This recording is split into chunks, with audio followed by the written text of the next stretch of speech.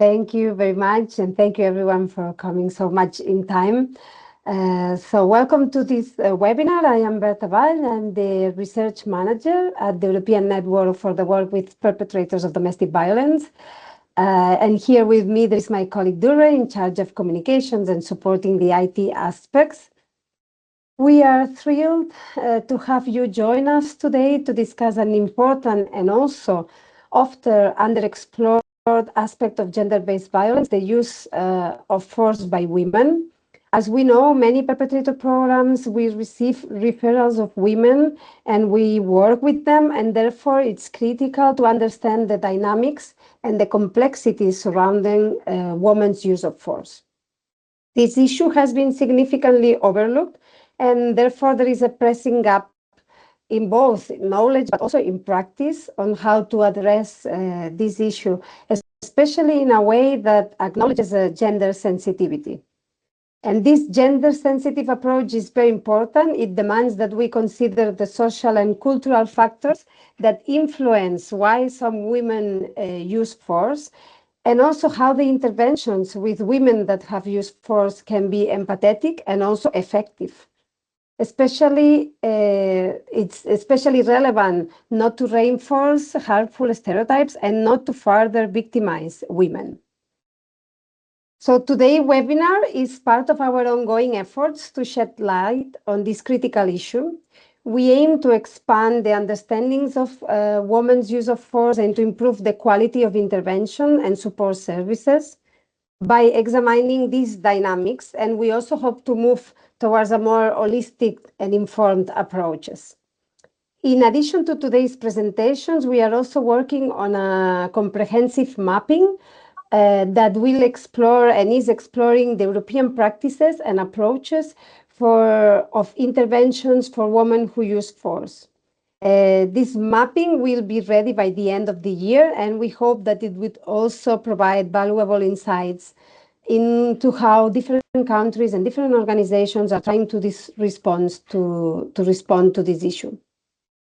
Today, we are excited to have Melissa with us, who will already integrate some of the preliminary findings from this project, but for sure will focus on her extensive experience.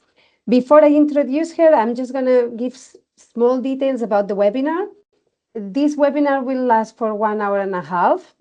You can leave questions in the chat, and we will address these questions during the Q&A session that we will have at the end. We will have around 20 minutes to discuss some of the issues that Melissa will introduce to us. In this Q&A session, you can either unmute yourself or we will just ask the questions that you have posted in the chat. It's also important that you know that the webinar is recorded and it will be published online, but only the speaker's video will be shown. So don't worry, because your faces or your video will not be shown. So you can leave your camera on because you will not be recorded. And now I will introduce our speaker. Today we have with us Melissa Scaia. She has addressed gender-based violence for over 25 years now. She works part-time for Domestic Abuse Project in the Men's Perpetrator Program and coordinates the Minneapolis Coordinated Community Response. She's an international consultant for UN Women on gender-based violence. Also, as a researcher, international trainer, and co-author of Domestic Violence Turning Points, she focuses on addressing women's use of violence in a coordinated community response and non-violence program. She also co-wrote a curriculum for working with perpetrators as fathers, titled Addressing Fatherhood with Men Who Batter. She's the former director of International Training and Global Rights for Women and former executive director of Domestic Abuse Intervention Programs, also known as the Duluth Model. She started as an advocate and then became the executive director of Advocates for Family Peace, where she worked for 17 years. Her master's was on the effects of domestic violence on children and wrote her doctoral dissertation proposal on addressing post-separation violence. She serves on the steering committee for the U.S. National Network of Abuse Intervention Programs And recently, she was given the Compass Award for her work on women's use of violence. She's also a court expert witness on domestic violence. So I am really sure that we are in very good hands and that we will enjoy this webinar. Melissa, over to you. Great, thanks, Berta. I am actually joining you all from Minneapolis, Minnesota today. As Berta said, I live north of Duluth, but I'm in Minneapolis today. I have our coordinated community response meeting this afternoon, and that's what I will be doing this afternoon. My little joke about being the CCR coordinator or the coordinated response coordinator is that I actually find that work harder and more challenging than doing a men's group with men who perpetrate domestic violence, because I actually sometimes find there's more resistance by people who work in the system sometimes than even men. But it's very, very challenging work, and I enjoy that. So I am going to share my screen here. So thank you for having me. As Berta said, this is who I am. The only other thing I just want to say is that we will send you at the end the research I've done on women's use of force. It is Minnesota-based and US-based, but I try and follow all of the research, and excited for the work that Berta and Nora are doing at the WWP. And so I'm looking forward to seeing that and then partnering with them on that paper. And then the other thing I just want to say is that I do testify as an expert witness in court quite a bit. It's become more and more common here in the US, and I do it for prosecutors and defense attorneys. Because I am a researcher on women's use of violence, I have testified at a number of trials where survivors have basically fought back, and it's a question of have they used legal self-defense or not. So I will be doing that actually tomorrow as well. So I'm happy to be here with you. So what I want to say to you is that I really hope that you'll put in the chat your comments and questions as I go along. It's a helpful way for us to sort of keep track of things. But we will then stop after just a little bit of me talking about this. You will also be provided this PowerPoint at the end as well. So we're happy to make that available to you. So please do use the chat for that purpose, and we will try and go and look at those, so what's in there. I also just want to say that when it comes to women's use of force, we also know, of course, that we do not live in a gendered binary world. And so I just want to acknowledge that. I will tell you that in terms of the research and my work experience that I'm going to be referencing, that my work experience is with people who were either born a woman or have transitioned to woman, or their pronouns are she or her. I'll just begin by acknowledging that my pronouns are she or her. And so just want to give that for context for our work. There is some research, and I know that Professor Catherine Donovan has done work with the WWP, and I encourage you to look at her work. What's most interesting about her work, and she and I have talked now, is the similarities that we're finding as well. And I'll say a little bit more about that as we go forward. So I also just asked this as one of my friends, my colleagues, Laura, provided this, is that I may say things that you feel judgmental about. I'm going to ask you to be curious about what I have to say and ask me a question about it. You may feel defensive about something you feel really strongly about. I'm going to ask you to think about why maybe you feel defensive. And I really want to challenge us to have shared exploration and turn our assumptions into questions for each other here as a part of this webinar. So I just want to say that right at the beginning.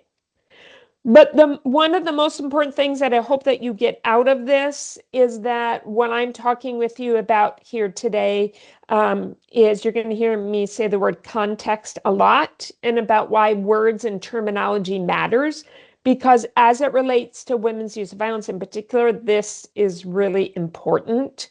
And so that's what we're going to be thinking about. Because what we know is that essentially, we've put domestic violence into 3 broad categories, and that when we either don't account for the type of domestic violence, or when we think about it all as the same, what essentially we end up doing is that when you have a woman who's committed an illegal act of domestic violence, and you don't account for also that they may have, that they're also a victim of ongoing abuse, and that when you label them as the same as the person who's harmed them, it's not only just a problem that we don't want you to do, it actually makes it less safe. And we're actually endangering victims of ongoing violence. So I just want to say that right from the beginning. And I also want to say it's not always easy to figure out, and we don't always get it right. But the one thing I will say that I've learned over the 20 years, by the way, it's last month, it's now officially been 20 years. I've been working with women who use force, and 26 years with men in men's group. And, you know, I feel like now that it's over 20 years, I can say a few things about what I've seen as trends. And one of the things I would say to you is that I have not always gotten it right when I've made an assessment, and sometimes I've gotten it wrong. So I'm not here to say you have to be perfect at it, but also what I know is that you cannot assume that the system always gets it right. That's one of the things I know for sure, because many of us don't live in coordinated community responses where those coordinated responses are assessing for these 3 types of domestic violence. The other thing I want to say is that when we talk about these 3 different types, your law on what makes domestic violence illegal does not have to have these categories. That this is about how we design our interventions going forward. I also just want to say, I think I mentioned in the beginning, I'm at a hotel, so if we have any problems with my internet of some sort, somebody, Berta or Jury, somebody, please let me know, because I can't always tell from my side, okay? So when we're thinking about context, this is what we mean by thinking about context. And you are going to hear me ask you these questions, think about these questions quite a bit. But when we're thinking about context, we're talking about intent, effect, and meaning. And these are 3 things we always want to be thinking about. So for example, when we find out that a woman has used violence, too often what we get is just information about the incident that maybe has gotten them referred to us. And I also want to say, when I mean incident, it's not just violence against their intimate partner, but also against their children or another family member. So I'm using that in the broadest terms in terms of domestic violence. What I also just want to say to you is that when we're looking at intent, we have to not just look at what was that intent in the moment, but we also have to think about what was she, for example, are they trying to accomplish by using violence? What was the intent of the violence? We have to understand that. And too often the referrals that we receive don't look at that. So a very sort of quick way to think about intent is that most domestic violence has this general intent of trying to get the other person to stop doing something or start doing something. So it's a quick way often where you can ask women is to say, can you just tell me when you think back to that incident, what were you trying to get this other person to stop doing or start doing? So that's just a quick way you can do an assessment. That isn't always the most relevant question, but what I can tell you is it's a quick way to do it. The other thing that we have to look at is the effect. What is the effect of this incident? And when I say effect, I'm not just talking about on the person who's experienced the violence, but also on the woman after she used it.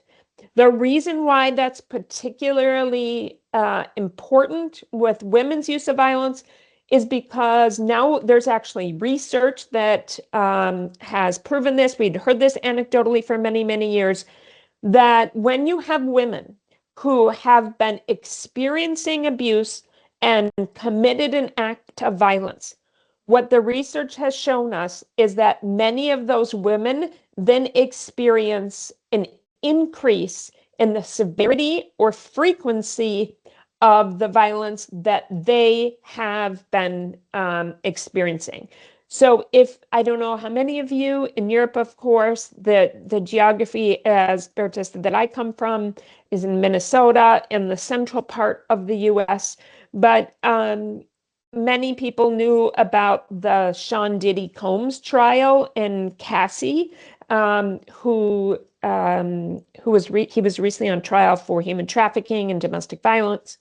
But one of the things that his former partner talked about is his defense attorney was trying to get her to say that she used violence too, and trying to paint her as the same, as if it was the same.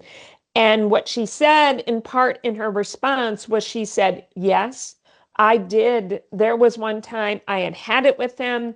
He was calling me a name or something to that effect. But essentially, she admitted to using violence in the car. They were being driven by someone else in that car.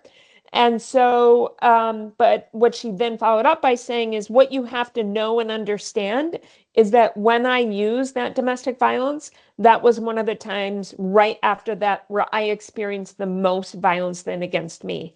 And she said, in fact, what happened is that he actually put me up in a hotel for a week and had brought in a private doctor, and that I couldn't leave the hotel until all of my physical injuries could no longer be seen. So this is an important point when we're thinking about also effect, is that we have to understand if there was an increase of violence against them as well. So that's really important. And then meaning, when we're thinking about what's the meaning of the violence, what we're talking about here is how does this incident fit in the larger context of the relationship, right? Because too often what I will see is when people are assessing women's use of violence, that what they're doing is, in particular, if it's a real heinous level or high level of violence, meaning that if the woman used a knife, in the US, of course, it would probably, could be a gun. I know we have a big gun problem in the US, of course, as you all know, and we know here. But when I mean higher level of violence, a lot of people automatically equate that to, oh, she's the one who's using all the violence. You cannot just assess a single incident and then from that single incident, understand the meaning of it in the whole relationship. You have to understand this woman's use of violence in the context and the meaning of the entire relationship. So that's what we mean by text is intent, effect, and meaning. So what I want to say about the research on women's use of violence, I'm just going to mention a couple things about what we've learned globally. As Berta said, her and Nora are doing right now, and Berta, please correct me if I'm wrong about this, but essentially Berta and Nora are looking at the research in Europe. They're doing a literature review, right, Berta? Please correct me if I'm wrong. Yes, so we are conducting literature review, but also interviewing programs that are working with women that have used violence. So we are also bringing the experiences of the professionals. Yes, thank you, Berta. So this is happening. If you know of any research that's happening in Europe, please send it to Berta at the WWP, even a program evaluation or data that you might have. We would really love for them to have that, because when we together do this final piece of written work that we're going to do, and I think we're doing some webinars on it then too. This is more of an introductory one, is that we will share all of that. But if you have some relevant data where you are, I would say err on the side of sending it as opposed to not sending it, because we would really like to see that there. But there's a few things that we've learned globally. And so I'm sharing this in terms of global research, not just Europe. So just very quickly, and I know that you can all read, so I'm going to go through some of these quickly as well. But that we know, of course, women do commit domestic violence. They commit it against their children, their partners, the elderly, their male partners, and female relationships and non-binary relationships. We know this. So we're not here to say that they don't, of course. But what the research does show is that, in particular, in heterosexual relationships, is that they often commit it for different reasons. And then if you look at Catherine Donovan's research, what's really interesting about that is, and Berta, if I'm summarizing this incorrectly, but my read of it and what she and I have talked about is that generally there's often this presumption or assumption that in LGBTQIA relationships that there is more mutual violence. That was often the public's perception, or people even in the community, that it was more mutual. What her research has found is it's actually not, is that it is that even in all those relationships as well, that it is a power over situation as well. And she talks about the relationship rules, that there are rules that establish one dominant partner in the relationship. And so you can find that from her expert paper that she did for the WWP. So what's interesting about that is that in terms of women's use of violence, that aligns as well, is that most of women's use of violence is not mutual, that most of it is coming from a place of resistance. And so that's what we're going to talk about. And that most of it is often in terms of self-defense, where they're trying to protect themselves or their children. And so, and that's even the case when they're using the violence against their children as well, that's often the intent. So one of the things that we also want to do an analysis about and think about is, a lot of times people will come to me and they'll say, well, Melissa, but she told me she was trying to control her partner, right? Or she was trying to, control her children. So if I think it's controlling too, and it's the same. One of the important pieces that came out of the work by Shamita Das-Gupta and Laranson Rusin is that there is a significant difference to try and take and secure short-term command over a situation as opposed to the person in the relationship. And that's a distinction we want to make, right? Because if we go to thinking that all violence has an intent, right, that we are trying to get the other person to do something different, but having short-term command and trying to secure that is not the same as trying to establish a relationship of control over a person. And as Professor Catherine Donovan talks about, and sort of do that in a way in which they tried to establish that dominance. So that's important. We also know that overall that, sorry about that, that women often will disclose what they've done. So women are more likely to do that. Those who are using coercive controlling violence and abuse are actually minimizing, denying, and blaming it more. And so, I'm just going to go quickly over this. But we also know that too often the coordinated responses in the communities are really in this victim offender binary that happens even in the system, and that a lot of survivors who are using violence get named as the offender in the system, and that can have a real dire consequences as well. I did some research. I'm not going to say much about this because we'll provide this to you. But the one thing I do want to say to you about this slide is that one of the things we found that was, I think, most interesting, and this was from the Midwest of the US, is that when survivors here were arrested and or prosecuted, and that's specifically what I looked at, is that they experienced an increase in coercive control by their partners, and many of them also experienced increased sexual violence. And the reason for that is because that when the women then had the system in their lives and they were using resistive violence, what happened was the abuser used that to their advantage and said that they would report them to their probation officer, that they would plant drugs on them so they could get in more trouble. So this was one of the things that we learned from the research that I did, but we'll provide that to you as well.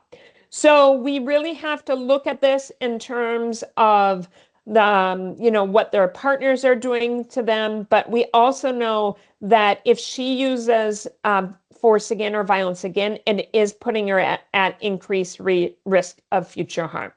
You also have heard us use this term, women's use of force. We use this because terminology, because so much of it, of what we know from the research is resistive violence, which we'll talk about in just a second. But just generally, this is why we're using this terminology, because so much of it is trying to get secure short-term control over the situations that they're living. So as I said, please send your information to Berta and Nora in Europe, in your country, in your locality. We would love to be able to see that and have that there. So please provide that.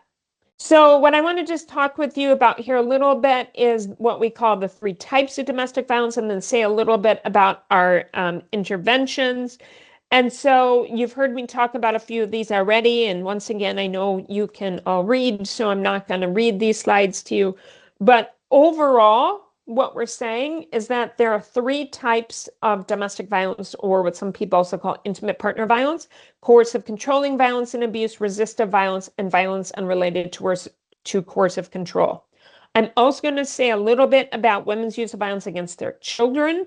I'm interested to see what the research says in Europe about that when Nora and Berta are finished with their literature review. So we will talk about that. This is the one I'm going to say the least about because, of course, it's the reason why most of us have a job and why we're here.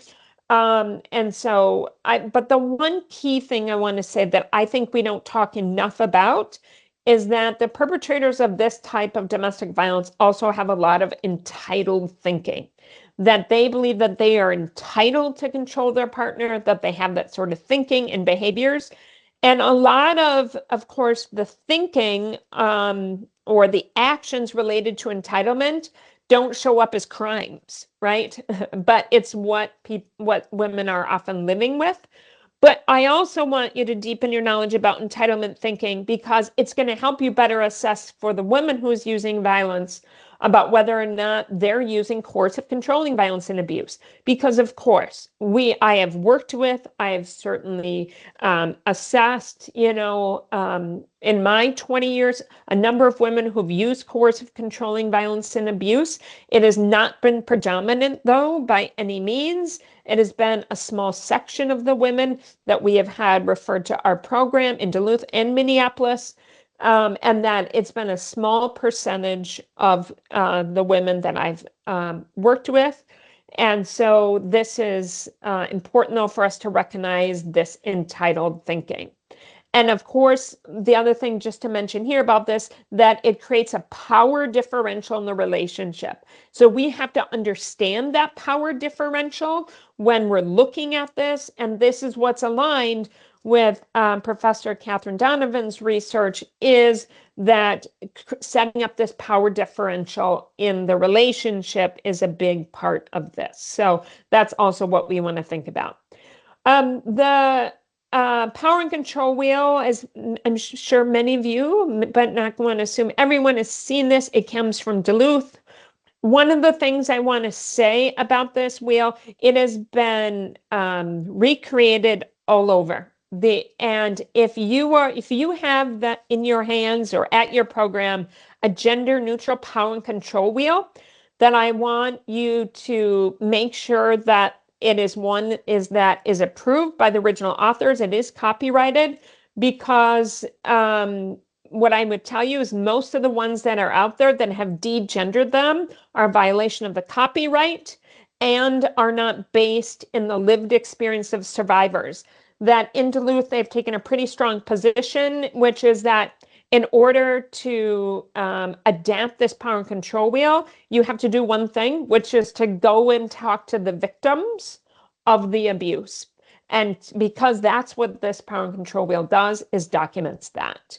And so there are other approved versions out there, but we want to make sure that you take a look at what those are, and those you can find on the website at theduluthmodel.org. So the second type of domestic violence is resistive domestic violence, and this is both legal and illegal use of force. And so this is where I want you to really think about this in terms of the system getting it right, because they don't always get it right. The other element of this, which there's now research that shows, is that we also have a number of women, we are putting them in the category of resistive violence, and that they're using violence even sometimes first in the relationship because their previous partner used violence against them and was in this position. So I keep putting my hands like this, but I'm going to put up this slide instead, which is that when my family heritage is from Italy, so I use my hands a lot.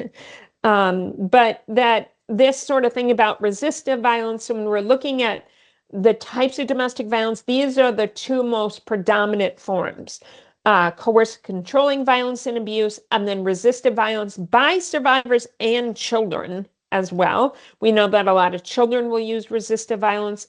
But for our point here is that what we have found a number of times, and research has backed up, is that a number of women who were on the bottom of this before and experiencing that coercive controlling violence and abuse, they've had so much of that experience that when they go into their next relationship, they actually presume that it's just going to be like this again. So some of the women are using violence first, but when you ask them about that, they say, well, because eventually he's going to try and control me, or he's done this thing where he has controlled me, and it's just a matter of time before he uses violence, and so I'm going to use it first. So there's actually some research on this now, some research around the globe. So when we do that definition of resistive, also includes in reaction to a previous partner's violence against them, that's why we're using it. But we're really thinking about this triangle here. The reason why we have the arrows out, so this arrow here represents violence back towards the person who's harmed them, because many women and children are also trying to leave the home, literally, including children, or they're trying to leave the relationship. Sometimes some violence happens while they're trying to do that. But as we mentioned before, lots of those women experience more domestic violence. But what we know from the global research, the contextual research, and through extensive empirical data, that in diverse cisgender women who have used violence against their partners, that typically it's tied to their domestic or sexual violence histories in the relationship. We know about children who've committed resistive violence, that this is often committed by children over 10 years old, and that it's towards the abuser. Sometimes it's also, though, against the other parent. And so there is not a lot of research about this. I'm curious to see what's happening in Europe. This has actually been done more with in terms of what I would say program evaluation data, at least in the US, but I'm hoping Berta has found more about this as well, but we look forward to seeing that. But I just want to acknowledge that a lot of children will also use violence. But when children and survivors are using violence, that we often know it's part of a broader strategy against the abuser to keep themselves safe. Often first they'll try and negotiate. They have anger, they try and separate themselves, and they withdraw. So this last category of domestic violence, I'm going to just say a little bit about in part, and mostly just about this subcategory, because it's the one that we have seen the least, which is what we call violence unrelated to coercive control. So when we're saying that, another just quick way to say that is it's off the triangle. You don't have someone who's trying to control one person. You don't have resistance, right? But what we can have, of course, is all other acts of domestic violence are put in these subcategories. What I've seen in terms of people who've done analysis of these is this will range anywhere from about 7 or 10% of all cases that end up in the system. Because this also can be against other family members, but there's no pattern. You can have cases, though, where an incident happens, of course, and that when that incident happens, that what we'll see is that there is no ongoing pattern. Just a quick example of that would be, for example, a woman finds out her partner has had a marital affair against her. She gets really mad about that. She hits him, slaps him, does something to him and to his things. But previously in the relationship, there's no ongoing pattern of violence and abuse. So there's two other subcategories, which we call anomie and pathological violence. So anomie, a good, just quick definition of that. I don't know how much you're seeing this in Europe, but right now in Jamaica, Hurricane Melissa is currently, unfortunately, barreling down on Jamaica. Anomie is when you have social order breakdown, often because of climate issues or natural disasters. And that when you have social order breakdown because of, like, for example, a climate disaster, you will see an increase in all types of domestic violence, but we'll often give this name of anomie. It's a social science term to describe that. And then the last one is the one which is I want to say this is where we're talking about pathological violence, meaning that if you treated the pathology, all of the violence would end. And so an important thing to think about this is, in our experience, some cases, but not many, you can have people who have these same pathologies. However, it's layered on top of this going on, right? So you can have abusers who have entitled thinking, who may also have a mental illness or a chemical dependency issue, who are also may have childhood trauma. But if you deal with that, that doesn't change their entitled thinking, which says somebody needs to be on top in this relationship, and that's going to be me. You can have the same thing here in terms of resistive violence. That's not what I'm talking about here in this third category. What I'm talking about is there's no indication of any of that sort of entitled thinking or, rules in the relationship, that the violence is that if you treated the substance use or the pathology, that if that was properly treated, that the violence would end, essentially. Okay, so that's not the same thing. So that's what we're talking about when we're thinking about the three types of domestic violence. The question here is, what about women's use of violence against their children? The reason why I included this, and Berta, please say a little bit about this, but maybe Berta, would you mind saying a couple of things about your preliminary sort of information you have about who's being sent to programs in Europe, or what you found in your preliminary sort of look? Yes, so I also have here with me my colleague Nora. So if you want to I didn't know jump in. Nora was there. Yeah. Hi, Nora. Hi. She's also here. So basically, what we found is that many of the programs that we've been interviewing that said that they work with women use of force, these women have been referred because they have been violent towards their children. Here is Nora. Hi, Nora. Hi, Nora.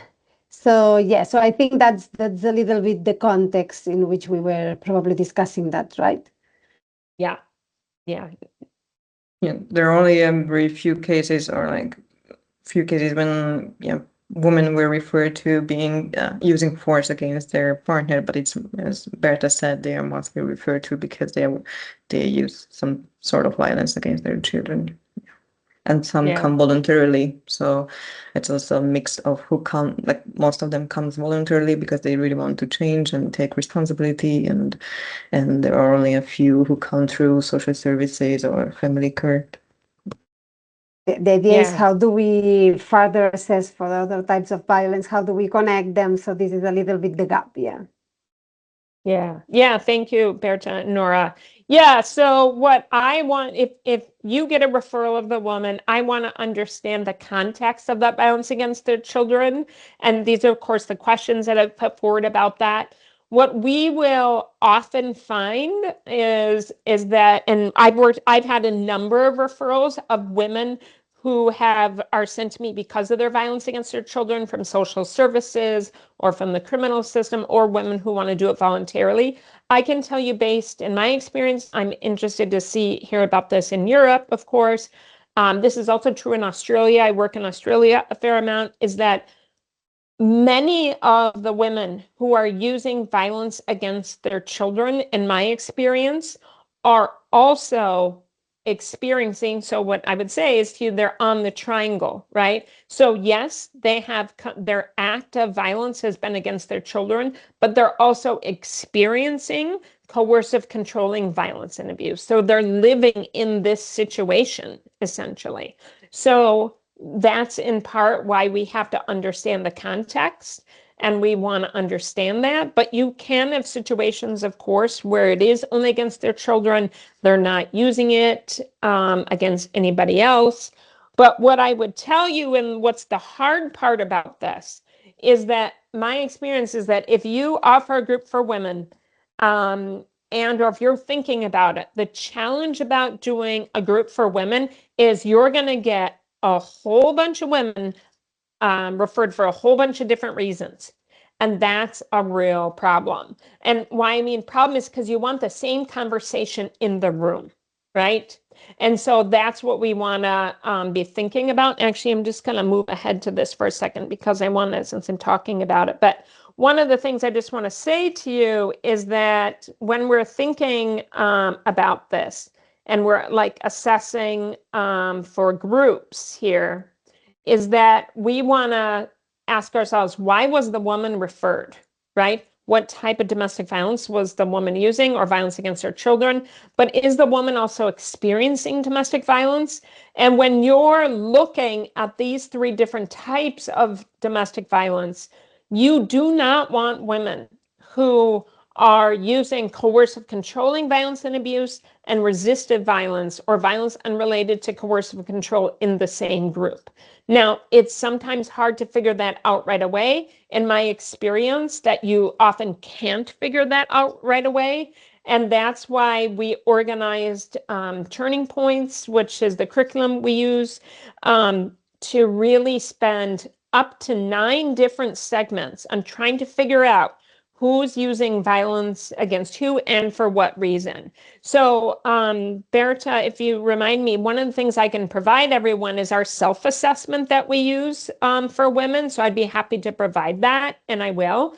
But one of the things that we've done with Turning Points is that at the beginning of it, is that what we've done is we've said, let's look at, for example, all the different types of, so right here, these are the first 9 segments.